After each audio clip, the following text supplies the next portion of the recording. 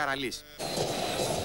Δεν μπορεί να συνεχιστεί άλλο αυτό το χάλι, αλλά από την άλλη πλευρά θα πρέπει να πούμε ότι είναι δίκοπο μαχαίρι και για τα ΜΑΤ το τι θα πρέπει να κάνουν, το τι απόφαση θα πρέπει να πάρει ο επικεφαλής των δυνάμεων των ΜΑΤ.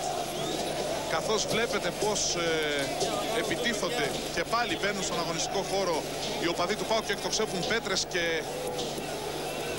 πολλά ακόμα αντικείμενα προς τους αστυνομικούς και προς τους οπαδούς της ΑΕΚ, και βέβαια όποτε κάνουν προσπάθεια για να επέμβουν τα ΜΑΤ δέχονται και η αστυνομική επίθεση. Κοιτάξτε εδώ τι γίνεται, και βέβαια υπάρχει πάντα ο κίνδυνος κάποιοι από αυτούς τους νεαρούς ανεγκέφαλους να τραυματιστούν. Κοιτάξτε, πηδάν τα κάγκελα, ένας άντρας των ΜΑΤ τραυματίας. Ας ακούσουμε και πάλι τον Γιάννη Νικολάου.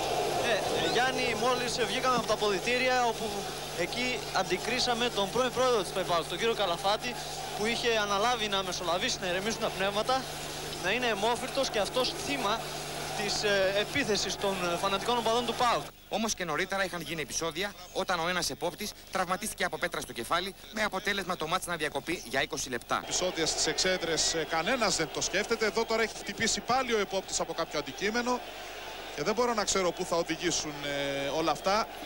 Ίσως και στην διακοπή. Για να δούμε. Εδώ κάτι, βλέπετε, πέφτει κάτι. Σαν πέτρα φαίνεται. Από τις συμπλοκές τραυματίστηκαν επίσης πολλοί φίλαθλοι, αστυνομικοί των ΜΑΤ και ο Βασίλης Μπορμπόκης της ΑΕΚ, που δέχτηκε πέτρα στο γόνατο, ενώ έγιναν δεκάδες συλλήψεις.